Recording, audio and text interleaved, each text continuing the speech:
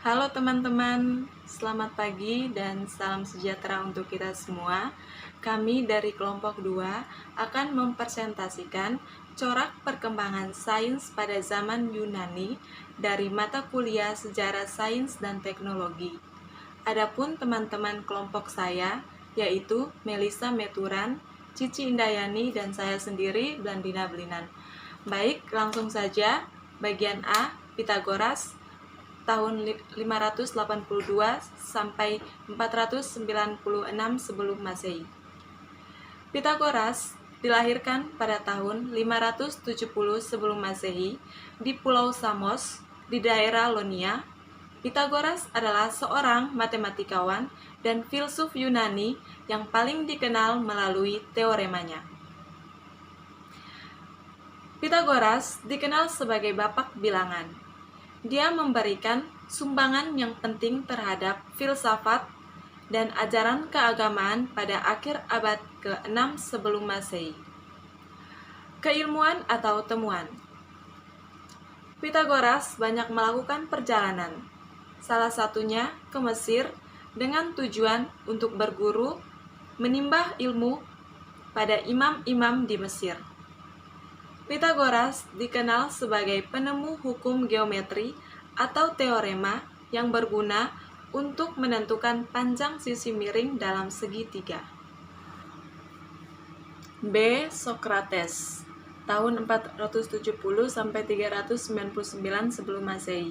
Socrates dilahirkan di Deme, Alopece, Athena, Yunani pada tahun 469 sebelum Masehi atau 470 sebelum Masehi, dan wafat pada tahun 399 sebelum Masehi.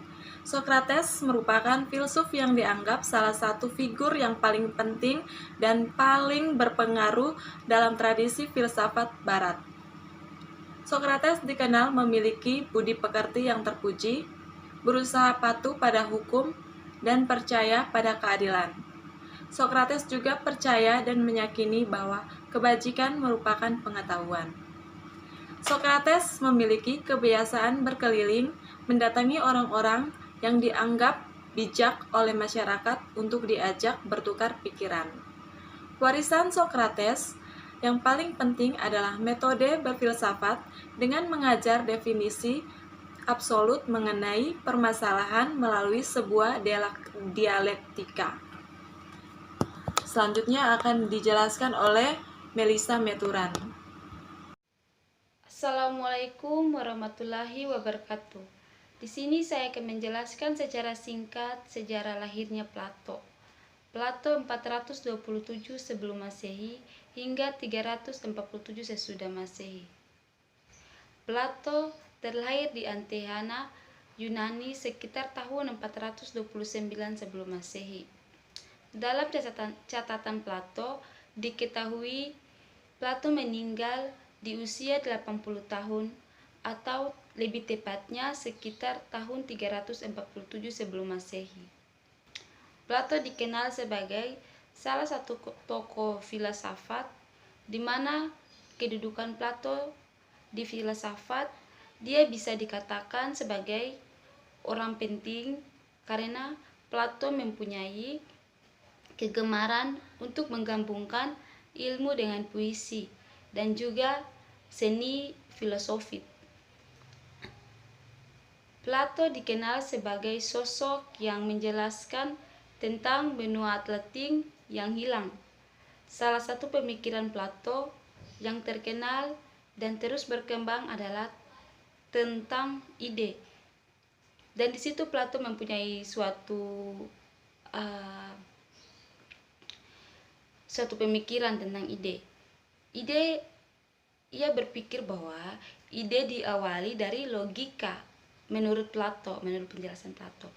Ide diawali dari logika rasional atau bisa diterima oleh akal sehat.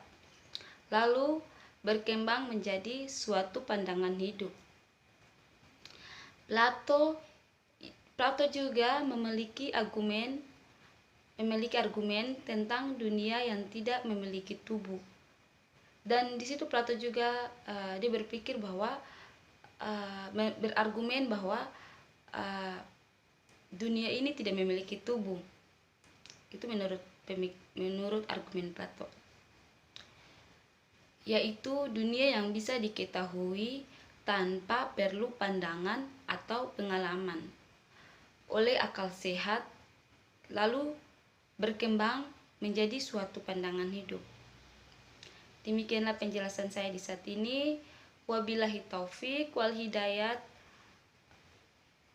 Assalamualaikum warahmatullahi wabarakatuh.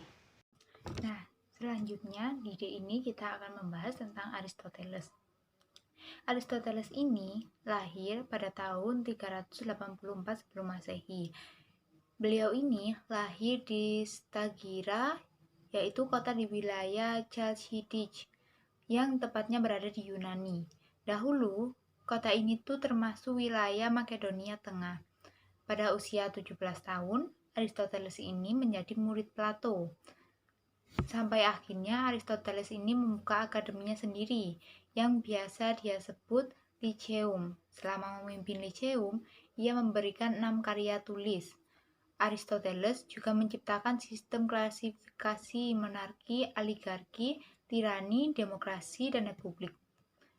Ia merupakan orang pertama yang mengelompokkan dan mengklasifikasi spesies-spesies biologi secara sistematis.